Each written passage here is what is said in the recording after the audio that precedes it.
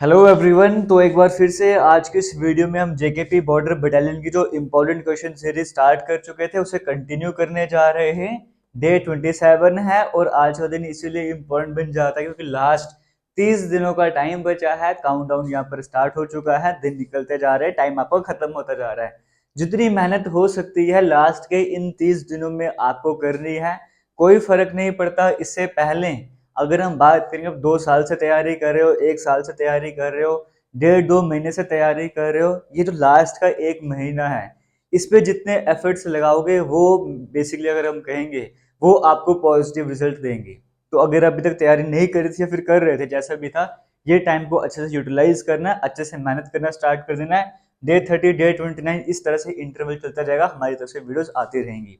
सबसे पहले आज की इस वीडियो में बात करेंगे, लगभग 515 के करीब क्वेश्चन हम अभी तक डिस्कस कर चुके थे। आज के जितने भी क्वेश्चन हैं अभी तक मैं आपको टारगेट देता था कि आज के 15 क्वेश्चन है इसमें से 12 प्लस लाओ, 10 प्लस लाओ, लेकिन अब ऐसा हो गया है कि आपको 15 में से 15 के 15 क्वेश्चन ठीक करने का ट्राई करना है। वरना जहां पर मिस्टेक करो, जिस टॉपिक में मिस्टेक करो, देखो उस टॉपिक को पढ़ना स्टार्ट करो। अगर नहीं पढ़ा था वो टॉपिक देखो कौन सा, जैसे कोई बुक और अथर्वण टॉपिक है वहां पे मिस्टेक करो, बुक्स एंड अथर्वण टॉपिक याद करना स्टार्ट कर दो।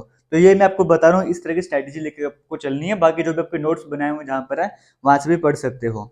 आज का पहला क्वेश्चन आपके सामने स्क्रीन में चल रहा है। यहाँ पर लिखा हुआ है, who was the first Portuguese governor in India. पहला पोर्चुगीज गवर्नर कौन था इंडिया में? ऑप्शन में है Nuno da Cunha, Alfonso de Albuquerque, Francisco de Almeida या फिर फ्रांसिस जेवियर। अब इस क्वेश्चन का आंसर आपको नहीं पता, इसका मतलब आपको Indian history, modern Indian history का बेसिक ही नहीं पता जब यूरोपियंस की यहाँ पर एंट्री हुई थी। तो इसका मतलब आपको वो चैप्टर पढ़ने की जरूरत है, या आपने पढ़ा था तो भूल गए, उसका मतलब वो रिवाइज करने की जरूरत है। आज की आज वो चैप्टर रिवाइज करो। तो यहाँ पर आपसे पूछा गया पहला पुर्तगाली गवर्नर कौन था जो इंडिया में आया था? वो था Francisco de Almeida. Option number c यहाँ पे करेक्ट आंसर हो जाएगा। बिल्कुल ऑप्शन नंबर सी यहाँ पर जो है वो बिल्कुल सही आंसर हो जाएगा। आगे बढ़ते इसी तरीके से आज के सेकंड क्वेश्चन की बात करते हैं। यहाँ पर कहा गया है, which fuel causes minimum air pollution. कौन सा फ्यूल ऐसा है जिसमें कम से कम एयर पोल्यूशन होता है? कोयला, हाइड्रोजन, डीजल या फिर कैरोसिन। कोई भी देख लो, अगर आपको खुद ही देखने को मिल रहा है डीजल, कैरोसिन, कोयला वगैरह, इन सबसे पोल्यूशन तो होता ही है। हाइड्रोजन ऐसा जिसमें कम से कम पोल्यूशन देखने को मिलेगा, तो ऑप्शन नंबर बी यहाँ पर बिल्कुल सही आंसर हो जाएगा। आगे चलते हैं, नेक्स्ट क्वेश्चन की बात करते हैं।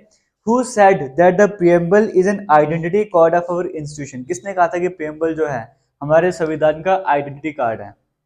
इसका मतलब जो होते हैं स्लोगन किसने दिया था या फिर ये बातें किसने कही थी, ये लो टॉपिक आपको अच्छे से आना चाहिए। K M Munshi, N A Palkhivala, D D Basu या फिर अर्नेस्ट बारकर। किसने कहा था कि प्रियम्बल जो है वो हमारे, अगर बात करें आइडेंटिटी कार्ड है हमारे इंडियन कॉन्स्टिट्यूशन का, तो ये कहा था N A Palkhivala. Option number B यहाँ पर जो है वो बिल्कुल सही आंसर हो जाएगा। पहले वाले सारे क्वेश्चंस आपको रिवाइज कर लेने, आपको पता है jklatest.com सर्च करोगे हमारी वेबसाइट ओपन होगी, एमसीक्यू वाले सेक्शन पे जाना है, वहां पे JKP border battalion question series ढूंढनी है, सारे के सारे एमसीक्यू को रिवाइज करने हैं। आगे चलते हैं, आज के फोर्थ क्वेश्चन की बात करते हैं। Which of the following peak is also called by the poetic name of Diamir. अब जो ऐप वाले बच्चे हैं उनको इस क्वेश्चन का आंसर जरूर पता होना चाहिए। कौन सी पीक ऐसी है जिसे पोइटिक जो दियामीर थे उस नाम से भी जाना जाता है? क्या वो K2 या फिर गॉडविन ऑस्टिन है, नंदा देवी है, नंगा पर्वत या फिर अमरनाथ पीक? कौन सी पीक ऐसी जिसे दियामीर के नाम से भी जाना जाता है? वो है नंगा पर्वत वाली। ऑप्शन नंबर सी अगर आपका आ रहा है तो बिल्कुल सही आंसर हो जाएगा। आगे चलते हैं, आज के फिफ्थ क्वेश्चन की बात करते हैं, यानी कि क्वेश्चन नंबर 520 आपके सामने चल रहा है। यहाँ पर आपसे पूछा गया, चाइनीज ट्रेवलर ह्यून सैंग की बात करेंगे। कश्मीर में विजिट जब करा था तब किसका शासन चल रहा था? जब ह्यून सैंग ने कश्मीर में विजिट करा था, कारकोटो डायनेस्टी का टाइम पीरियड चल रहा था, है ना? तो कारकोटो डायनेस्टी के फाउंडर थे, रूलर से दुर्लभ वर्धन की बात करेंगे, उन्हीं के टाइम पर आए थे। तो ऑप्शन नंबर ए यहाँ पर जो है वो बिल्कुल सही आंसर हो जाएगा। इसी के साथ 5 क्वेश्चन आपके बिल्कुल सही हो गए हैं। आगे चलते हैं, आज के सिक्स्थ क्वेश्चन की बात करते हैं। काकोरी कॉन्स्पिरेसी केस की बात करेंगे। ये कौन से साल में हुआ था? काकोरी जो ट्रेन रॉबरी वाला इंसिडेंट हुआ था, आपको पता है, काकोरी को एग्जाम में पूछा गया था, जो इंसिडेंट हुआ था ये रिलेट कहाँ पे करता? लखनऊ वाले साइड में रिलेट करता, उसके आसपास है। बट यहाँ पे पूछा गया कौन से साल में होता जो ट्रेन रॉबरी वाला केस हुआ था? 1925 में हुआ था, है ना? 9 अगस्त की अगर हम बात करेंगे 1925। ऑप्शंस की बात करेंगे, ऑप्शन नंबर बी यहाँ पर बिल्कुल सही देखने को मिल जाएगा। आगे चलते हैं, क्वेश्चन नंबर 522 की बात कर लेते हैं। Which of the following quantities is not a vector quantity, इनमें से कौन सी ऐसी है जो वेक्टर क्वांटिटी नहीं है? डिस्प्लेसमेंट, वेलोसिटी, फोर्स या फिर वॉल्यूम। आपको पता है वेक्टर क्वांटिटीज की बात करें, इनके लिए डायरेक्शन भी चाहिए, मैग्नीट्यूड भी चाहिए, तो कौन सी वेक्टर नहीं है आपसे वो पूछा गया था, तो वॉल्यूम। लास्ट ऑप्शन में स्पेलिंग मिस्टेक हो गई है। अगर डिस्प्लेसमेंट, वेलोसिटी, फोर्स की बात करें, तीनों क्या है, वेक्टर क्वांटिटीज हैं, क्योंकि डायरेक्शन भी चाहिए, मैग्नीट्यूड भी चाहिए। बट वॉल्यूम के लिए तो ऐसा कुछ है ही नहीं, दोनों कंडीशन नहीं चाहिए हमें जरूरी, वहां पे मैग्नीट्यूड चल जाता है लेकिन डायरेक्शन की जरूरत पड़ती ही नहीं है। ऑप्शन नंबर डी यहाँ पर सही आंसर हो जाएगा, वो वेक्टर क्वांटिटी नहीं है। तो फिर क्या है, स्केलर क्वांटिटी है। क्वेश्चन नंबर 523 की बात करते हैं। बाकी आपको बताना चाहूंगा लास्ट से 30 दिनों का टाइम बचा है, इस टाइम पीरियड पर पढ़ने के साथ साथ जरूरी बन जाता है आपको मॉक टेस्ट भी अटेम्प्ट करने हैं। मॉक टेस्ट के साथ साथ आपको टेस्ट वगैरह सेक्शन वाइज टेस्ट होते हैं वो भी अटेम्प्ट करते जाना है, ये भी जरूरी बन जाता है। क्वेश्चन सीरीज तुम आपको यहाँ पर करवा ही रहे हैं, वो भी इंपॉर्टेंट बन जाता है। अब मॉक टेस्ट आपको पता है हमने इसी वेबसाइट पर, इसी यूट्यूब चैनल पर भी कई सारे मॉक टेस्ट कवर करवाए थे। इसी वेबसाइट पर आपको टेस्ट सीरीज सेक्शन देखने को मिलता है, वहाँ पे मॉक टेस्ट अवेलेबल हैं। लेकिन लड़कियों का एग्जाम होने के बाद नए पैटर्न से मॉक टेस्ट हमने बनाए हैं हमारे। अगर आप कोर्स ज्वाइन करते हो जिसका लिंक डिस्क्रिप्शन बॉक्स में मिल जाएगा, सिलेबस तो दिखेगा ही दिखेगा आपको। फिलहाल वहाँ पे करंट अफेयर्स वाली सीरीज चल रही है और क्वेश्चन सीरीज चल रही है, साथ ही साथ वहाँ पे मॉक टेस्ट अवेलेबल है, सब्जेक्टिव टेस्ट भी अवेलेबल है। आप इन सभी को जाके आपको अटेम्प्ट करना चाहिए। और अभी हम क्या करने वाले हैं एप्लीकेशन पर, इसी कोर्स में क्या करने वाले हैं, हर 3 से 4 दिन के बाद एक नया मॉक टेस्ट ऐड करेंगे। मतलब कम से कम 10, 11 या 12 के करीब मॉक टेस्ट जो हैं वो एग्जाम आने तक कवर हो जाएंगे, जो आपके लिए बहुत हेल्पफुल रहने वाले हैं। अगर आप ज्वाइन करना चाहते हो कोर्स को, डिस्क्रिप्शन बॉक्स में कमेंट सेक्शन में लिंक मिल जाएगा कोर्स का, वहां पे क्लिक करके कोर्स को ज्वाइन कर सकते हो। फिलहाल आज के नेक्स्ट क्वेश्चन की बात करते, कहा गया है a solid needle placed horizontally on the surface of water floats due to. एक सॉलिड नीडल है, उसको अपने इस तरह से हॉरिजेंटल करके तो पानी के सरफेस में रख दी है, तो कई बार आप देखो कि वो तैरना स्टार्ट कर देती है। ऐसे नहीं, मैं ऐसे बात कर रहा हूँ। वो तैरना क्यों स्टार्ट कर दी थी आपसे वो पूछा है, कैपिलरी एक्शन के कारण, पानी के प्रेशर के कारण, सरफेस टेंशन के कारण या फिर विस्कोसिटी के कारण। ऐसा होता है सरफेस टेंशन के कारण, क्योंकि सरफेस टेंशन क्या करता है, पानी की जो सबसे ऊपर वाली लेयर है उसे एक स्ट्रेस्ड मेम्ब्रेन की तरह बना देता है ना, तभी कई बार इंसेक्ट्स उस पर चल पाते हैं, एक तरह से टाइट करके रहता है ताकि कोई भी चीज ऊपर चल भी सके। हल्के के जो इंसेक्ट्स होते हैं वो चल भी जाते हैं पानी के ऊपर, वो सरफेस टेंशन के कारण ही होता है। तो इसका आंसर भी सरफेस टेंशन ही हो जाएगा। तो वो आपको कहाँ पर देखने को मिल रहा है, ऑप्शन नंबर सी में देखने को मिल रहा है, वो करेक्ट आंसर हो जाएगा।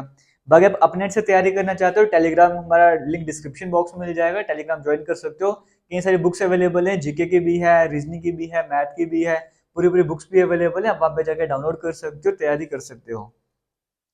नेक्स्ट क्वेश्चन की बात करेंगे, कहा गया है the cell lacking a true nucleus, एक ऐसा सेल जहां पे न्यूक्लियस नहीं होता, सिंपल लैंग्वेज में वो कहा गया है ना, एक तरह से एग्जांपल कह सकते हैं। यूकैरियोटिक होते हैं, प्रोकैरियोटिक होते हैं, मिटोटिक होते हैं, मियोटिक होते हैं। तो प्रोकैरियोटिक सेल्स ऐसे होते हैं जिनमें न्यूक्लियस नहीं होता, एक तरह से आप ऐसा कह सकते हो। ऑप्शन नंबर बी यहाँ पर सही आंसर हो जाएगा। आगे चलते हैं, आज के 10th क्वेश्चन की बात करते हैं।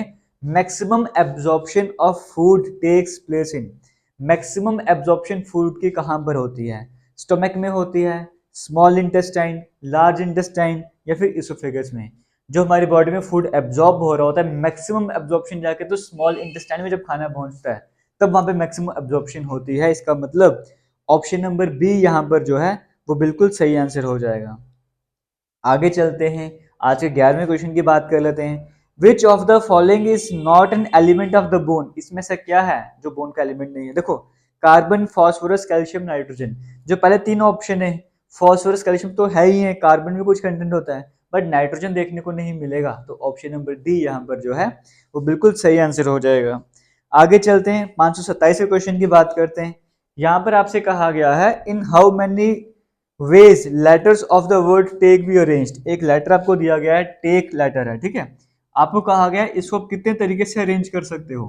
जैसे एक तरीका तो यही है, आप एक ऐसे भी कर सकते हो कि टी ए ई के कर सकते हो, या टी ए या फिर टी के ए ई कर सकते हो, या ए के टी ई, इस तरह से कितने तरीके से अरेंज कर सकते हो, आपसे वो पूछा गया है। किसी तरह की कंडीशन नहीं रखी गई है ना, तो सिंपल तरीका क्या, 4 लेटर हैं तो 4 फैक्टोरियल सॉल्व कर लो, आंसर आ जाएगा। तो 4 फैक्टोरियल कैसे सॉल्व करोगे, 4 फैक्टर, 4 लेटर्स हैं, 4 फैक्टोरियल 5 होते, 5 फैक्टोरियल सॉल्व करते हैं। तो 4 फैक्टोरियल सॉल्व कैसे करना है, 4 है ना, एक एक स्टेप कम करते जाओ, एक तक चले जाओ, 4 से 3 पे जाओगे, फिर 2 पे जाओगे, फिर 1, खत्म। अगर 5 फैक्टोरियल होता तो 5 इंटू 4 इंटू 3 इंटू 2 इस तरह से करके 1 तक जाते हैं। इसको सॉल्व कर लो, 4 को 3 से करो 12, 12 को 2 से करो 24, तो 24 आंसर आ जाएगा। और 24 आपको ऑप्शन नंबर बी में देखने को मिल रहा है, वो करेक्ट आंसर हो जाएगा।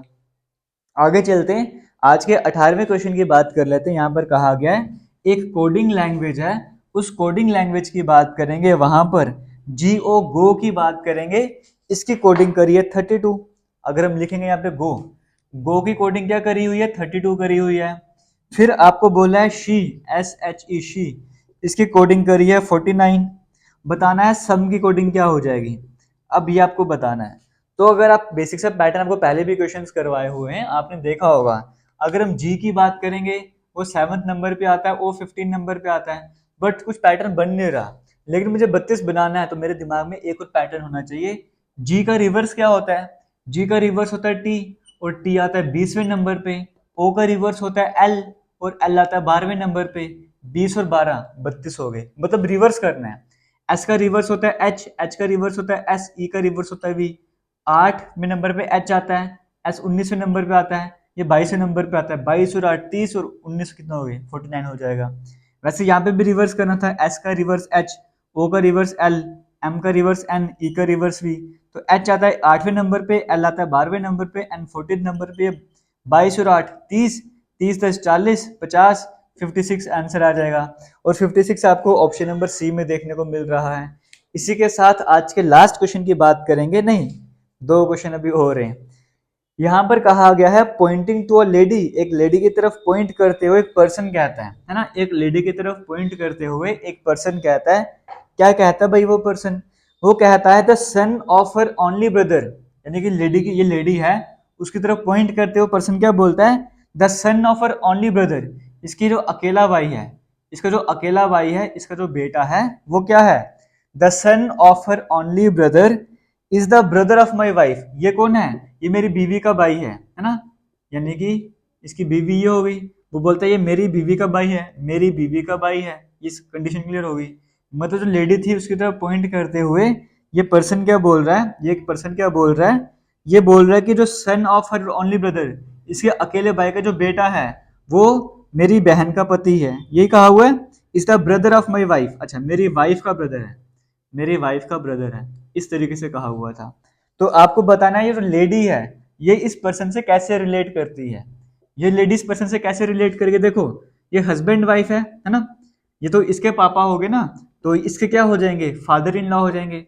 फादर इन लॉ की सिस्टर है ये, तो sister of father in law. ऐसा आपको ऑप्शन नंबर सी में देखने को मिल रहा है।